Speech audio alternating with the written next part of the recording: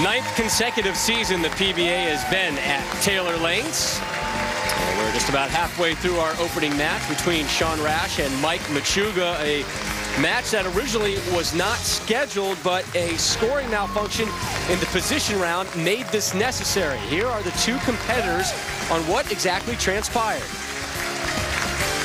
Being that it is a pinfall tournament, the reason for my appeal was because Sean Rash did bowl on the correct lane, not only on the right pair, but on the correct lane, his score should have counted originally. That is why I appealed. Kirk felt that it was a match play game and that match should be bowled against the proper opponent. It's good and it's bad. You know, it'll be something that'll be talked about, I'm sure, all year long. I'm sure people hate me for bowling a good game. I'm sure people hate the PBA for it. But, you know, a lot of the players gave me some remorse last night saying, look, Sean, you just bowled what you were supposed to bowl. And on the pair you're supposed to bowl and who you're supposed to bowl after it happened. And that definitely made me feel a little bit better after, you know, about an hour of thinking about it. And I think they did the best they could with the situation. The original ruling I do not agree with, but I think that they did the best they could with the situation, and I'm very grateful that they still give me a chance to win the trophy. And folks, what happened was Sean Rash actually bowled against the wrong opponent in match play the last game. But not Rash's fault. Not Rash's fault, no. And I think hate's a pretty strong word to be using. But Sean didn't bowl against the right opponent. Mike Machuga's score did count. Sean got to bowl another game, now knowing what score he needed to leapfrog Mike Machuga into the show. Look at that hanger. Wow. So what ends up happening is Sean Rash needs to shoot 256 or better to go around Mike Machuga. And so what does he do? He shoots 257. Well, now Mike Machuga's knocked out of the show. The decision's made. Hey, listen, to make all things fair, what if both of you make the telecast? We'll add a match. And both players agree to it. And I think it was the right decision. An equitable decision for all parties, and ESPN, not to pat our company on the back, but did the proper thing and saying, you know what, we understand you're going to go over your normal hour-and-a-half time frame. That is fine. Let's make sure that this is solved the way it needs to be properly done. So here we are after 6. We begin the 7th. Machuga up 24. Rash has yet to string together a pair of strikes.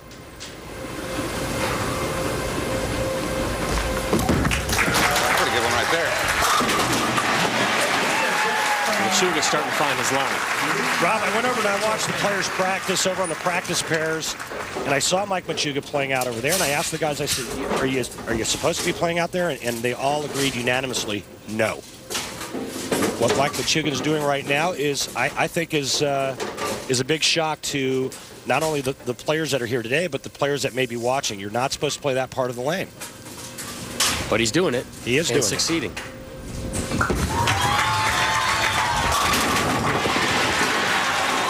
You see the look on Rash's face. I'm going to take it. But he's going to the left of the head pin and getting himself a Brooklyn strike. Yeah, in this match right now for Sean Rash has been nothing but good breaks. He goes Brooklyn here to catch his first double of the match and climb to within 14 pins of Mike Machuga. But you can see Sean's ball reaction. If he doesn't get the ball far enough to the right, there's not enough buildup in the middle part of the lane to hold the ball on line. Rash's 4th strike in the first 7 frames, and as you mentioned, Randy, his first pair of strikes. Looking for 3 in a row here.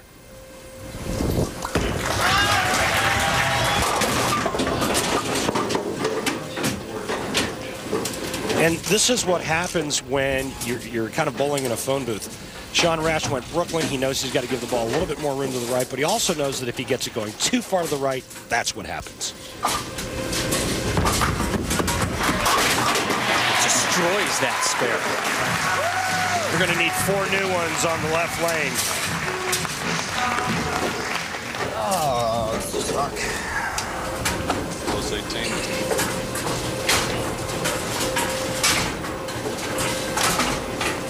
Machuga up 18 in the 8th.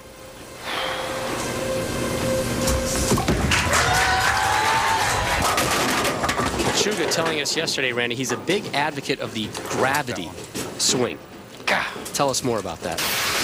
You want me to explain gravity swing to you? Yeah, I understand gravity. Right here, Mike Machuga looking to capitalize on Sean Rash not throwing a three-bagger leaves a 2-8-10 at the worst possible moment. But the gravity swing is where you push the ball away and then you let gravity control the arm swing. The weight of the ball and gravity.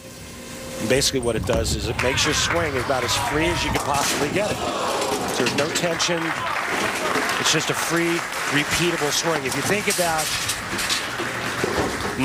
a swing that's muscled and you know, you're arming it and jerking on it and grabbing it, that's not going to be near as consistent as something that's free-falling, and gravity's constantly making that ball and that swing go in the same spot every time. Norm Duke's a big advocate.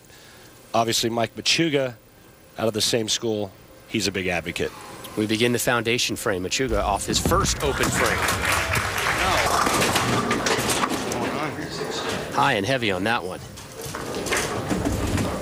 And right now for Mike Machuga, he should be thinking about filling frames with marks, because the look that Sean Rash has on the lanes doesn't look very good. And I think that Mike's mindset should be, hey, if I mark here in the 9th and 10th frame, I'm going to be in the high 190s. That may be enough to beat Sean Rash, who doesn't look like he's able to double.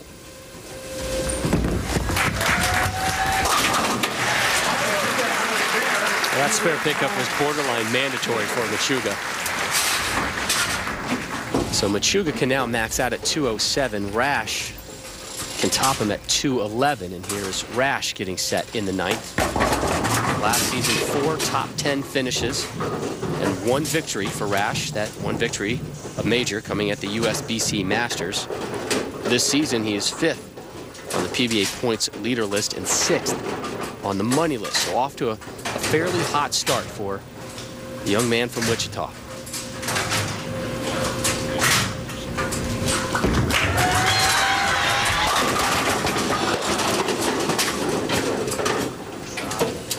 And that right there is kind of my point. You know, a little bit further right of that, and it runs the risk of going wide. A little bit left of that, it's through the nose of Brooklyn. So Sean Rash, in all likelihood, will convert the 4-pin here. And he will need 3 in the 10th to shoot 200.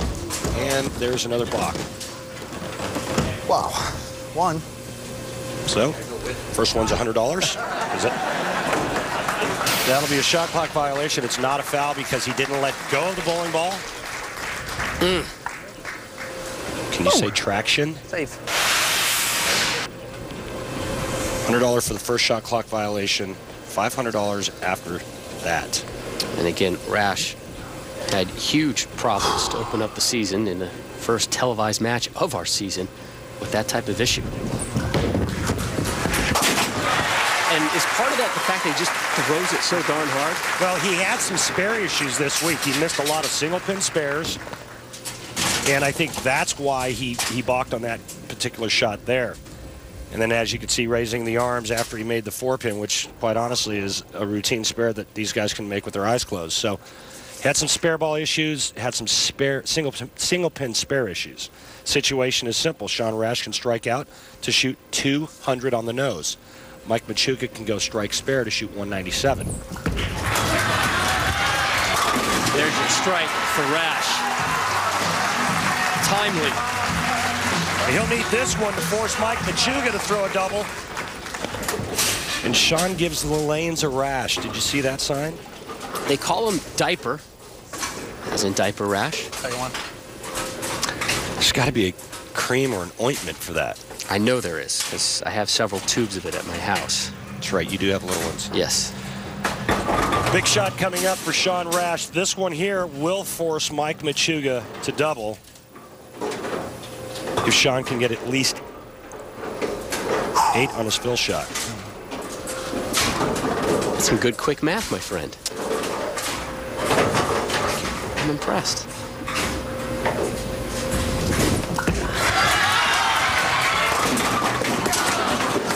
Now all Mike Machuga needs is a mark and good count. You can see why the Chameleon pattern is living up to its name.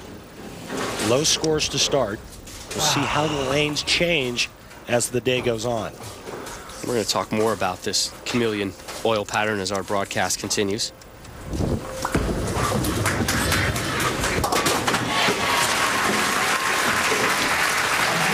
So Rash is in the books at 190.